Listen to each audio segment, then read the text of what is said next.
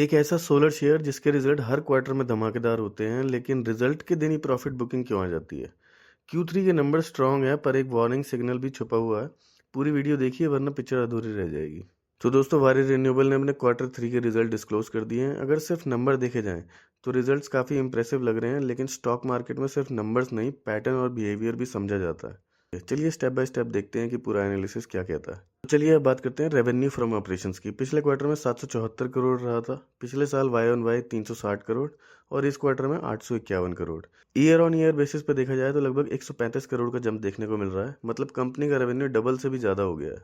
और quarter on quarter basis पे देखा जाए तो 10% की ग्रोथ देखने को मिल रही है। क्योंकि ये सोलर सेक्टर की कंपनी है, इसलिए ये sector Y on Y comparison ज़्यादा इंपॉर्टेंट होता है और उस हिसाब से नंबर काफ़ी स्ट्रांग आते हैं।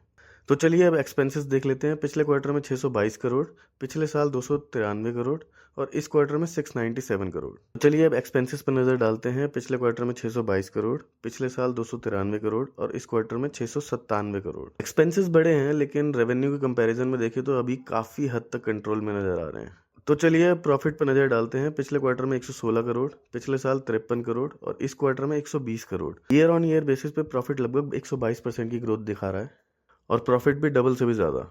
और अगर क्वार्टरली बेसिस पे देखें तो अप्रॉक्स 3 से 4% की इंप्रूवमेंट देखने को मिल रही है। मतलब रेवेन्यू के साथ साथ प्रॉफिट भी ग्रो कर रहा है। तो चलिए अब बात करते हैं सबसे इंपॉर्टेंट पॉइंट की, मार्जिन्स। पिछले साल मार्जिन था 14.87%, पिछले क्वार्टर में 15.01% और इस क्वार्टर में 14.10%। ये क्लियरली दिखाता है कि मार्जिन थोड़े कंप्रेस हो रहे हैं। रेवेन्यू और प्रॉफिट बढ़ने के बावजूद मार्जिन का गिरना एक माइल्ड नेगेटिव सिग्नल माना जा सकता है। तो चलिए अब ईपीएस पर नज़र डालते हैं। पिछले साल 5.14 और पिछले क्वार्टर में 11.18 और इस क्वार्टर में 11.50। ईपीएस में भी इंप्रूवमेंट है जो ओवरऑल नंबर्स को सपोर्ट करता है। तो चलिए अब ध्यान से सुनिए, ये पॉइंट बहुत क्रिटिकल है।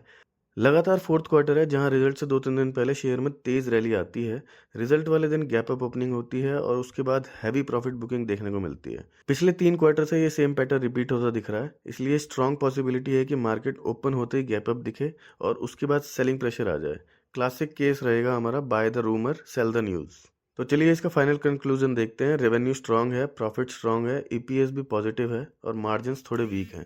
कंपनी फंडामेंटली अच्छी लग रही है, लेकिन शॉर्ट टर्म में सिर्फ रिजल्ट्स के बेसिस पर डिसीजन लेना रिस्की हो सकता है। अब देखना ये होगा कि इस बार मार्केट हिस्ट्री रिपीट करता है या ट्रेंड को ब्रेक करता है। अगर आपको ये डिटेल्ड और ऑनेस्ट एनालिसिस पसंद आया हो तो वीडियो को लाइक जरूर करिए और ऐसे ही स्टॉक मार्केट के नॉलेजेबल कंटेंट के लिए चैनल को सब्सक्राइब करना बिल्कुल मत भूलिएगा। थैंक यू दोस्तों।